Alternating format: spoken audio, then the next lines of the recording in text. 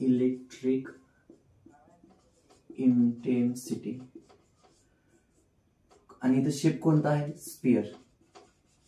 Sphere म्हणजे आपला ball. Suppose करा बॉल वरती काटे लागले, तसेच बॉल वरती सपोज हा एक बॉल आहे ज्याला आपण स्पियर म्हणतोय. त्याची रेडियस काहीतरी कॅपिटल आर घेतल्या.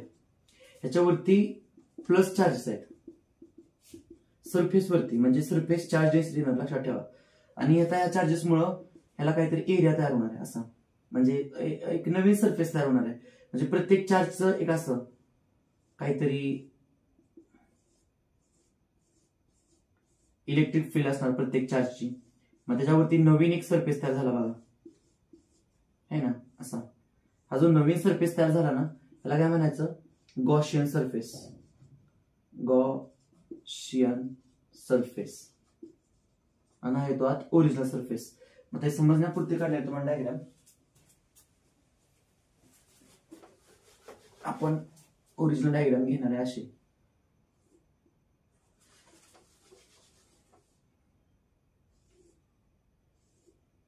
ओके, स्पियर सेंटर आणि त्याला काय असणार आहे बाहेर, हा गॉशियन सरफेस. गॉशियन सरफेस कुणामुळे ह्या गॉशियन सरफेस चार्जेस मग चार्जेस काढायला विसरायचे नाहीत. आता बघा आतल्या स्पियरची रेडियस कॅपिटल आर आहे, तर बाहेरच्या सरफेस जो तयार झाला त्याची काय असणार आहे स्मॉल आर. कसं लक्षात ठेवायचं, स्पियर आतल्याला कॅपिटल आर घ्यायचे, म्हणजे जो छोटा आकार आहे त्याला मोठं स्पेलिंग घ्यायचं, जे मोठं आहे त्याला छोटं स्पेलिंग घ्यायचं.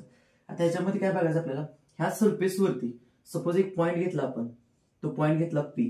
ह्या पॉइंट पी वरती इलेक्ट्रिक फील्ड किती असणार आहे ती शोधायची आपल्याला. मग कसं शोधणार आपण, आता फ्लक्सचे 2 फॉर्म्युला आपण घेतलेले, त्यातला पहिले 2 फॉर्म्युले होते, त्याच्या व्हॅल्यूज काढायच्या पुटअप करायच्या.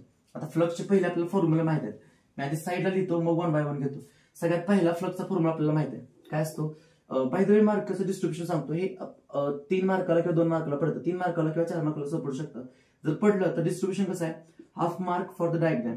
डायग्राम मध्ये तुम्हाला जे एक्सप्लेनेशन लिहावं लागणार कन्सिडर, त्याला हाफ मार्क भेटतो. आता कन्सिडर जे असतं, कन्सिडर ते एक्सप्लेनेशन मध्ये लिहिता, consider a sphere of radius capital R on this its surface positive charges are spreaded आणि at point P we have to find electric field. असं जे तुम्ही लिहिलं त्याला हाफ मार्क मिळून जातो. एक्सप्लेनेशन लिहायचं तुमच्या शब्दात लिहायचं, पाठ करत बसायचं नाही. आता मुद्दा करायला शोधायचं. आता हे काय शोधायचं हे कळलं तुम्हाला, काय शोधायचं इलेक्ट्रिक फील्ड. मग इलेक्ट्रिक फील्ड 2 फ्लक्स घ्यायचे त्यातून निघतात. पहिला फ्लक्स घेतला मी, फ्लक्स इज इक्वल टू, आता हा नॉर्मल फॉर्म्युला जो आपल्याला मागाशी मिळतो तो काय होता, ई ए आणि कॉस थिटा. आता एक्सप्लेनेशन थोडंसं लेंदी करायसाठी कॉस थिटा पण घ्यायचा, cos theta. Here theta is equal to 0, प्रत्येक याला 0 असणार आहे. मग थिटा इज इक्वल 0 म्हणजे कॉस 0 काय असतो 1. मग आपल्याला फायची व्हॅल्यू काय मिळाली, ई ए, बस एवढंच. आणि इथं एरिया, इलेक्ट्रिक फील्ड कुणामुळे आहे, चार्जेसमुळे आहे. त्या चार्जेसच्या मुळे जो तयार झाला सरफेस तो कुठला आहे, गॉशियन सरफेस, म्हणून त्याची रेडियस घ्यायची. एरिया काय असतो स्पियरचा 4 पाय आर स्क्वेअर. आता सांगितलं एरिया कुणाचा घ्यायचा आहे, गॉशियन सरफेसचा घ्यायचा आहे, मग इथं स्मॉल आर स्क्वेअर. आता हे टाकल्यावरती आपल्याला फायची व्हॅल्यू काय मिळतं, ई एरियाच्या ऐवजी काय येणार आहे 4 पाय आर स्क्वेअर. इक्वेशन 1 इथपर्यंत आपल्याला आलंय. आता आपला दुसरा फ्लक्सचा फॉर्म्युला घ्यायचा जे की आहे बाय गॉस लॉ. तर म्हणायचं वी नो आणि म्हणायचं बाय गॉस लॉ.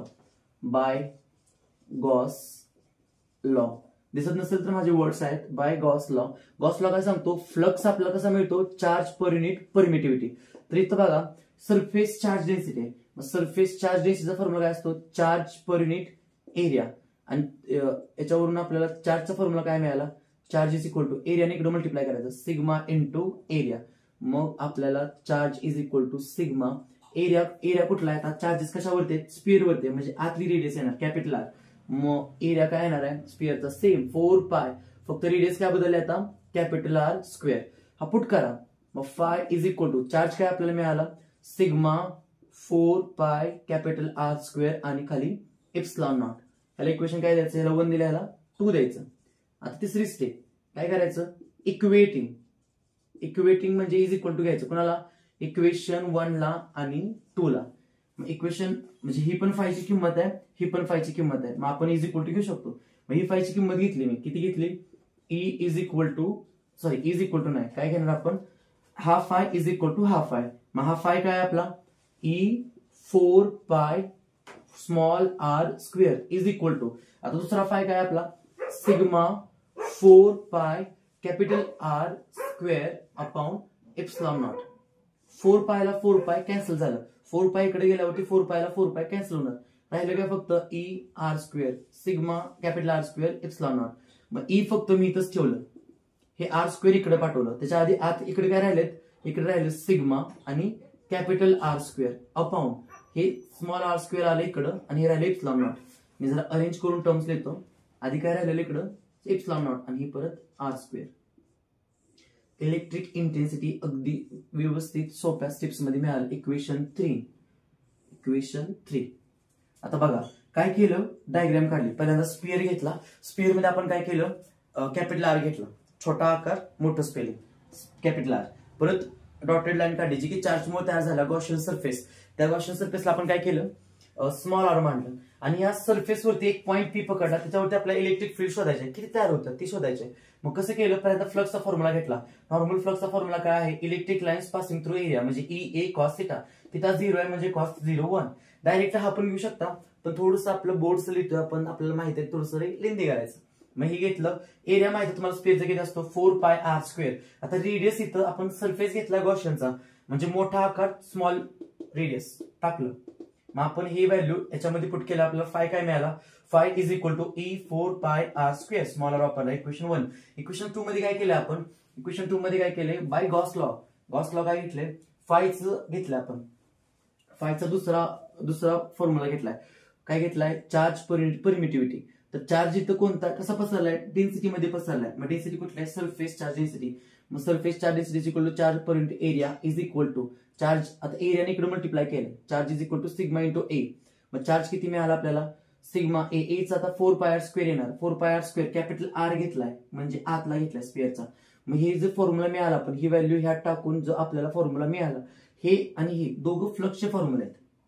मग आपण काय केलं? त्यांना इक्वेट केलं आणि इक्वेट केलं इक्वेशन 1 आणि 2 ला. मग इलेक्ट्रिक फील्ड पाहिजे ना, तर मी ही लेफ्ट हँड साईडला घेतली आणि ती राईट हँड साईडला घेतली. दोघांना इक्वेट केलं, 4 पाय कॅन्सल आणि भेटलं. ह्यात फक्त 2 कंडिशन आहेत. कुठल्या 2 कंडिशन? हा पॉईंट पी जर तुम्ही सरफेसवरती नेल्यावरती स्मॉल आर काय बनणार? Capital R.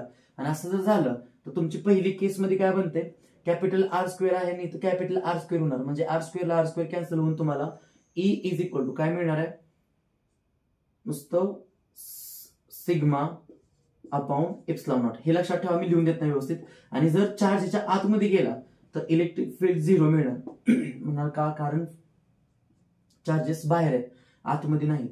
त्यामुळे आय होप या 2 शॉर्ट केसेस आणि डेरिव्हेशन कळलं असेल.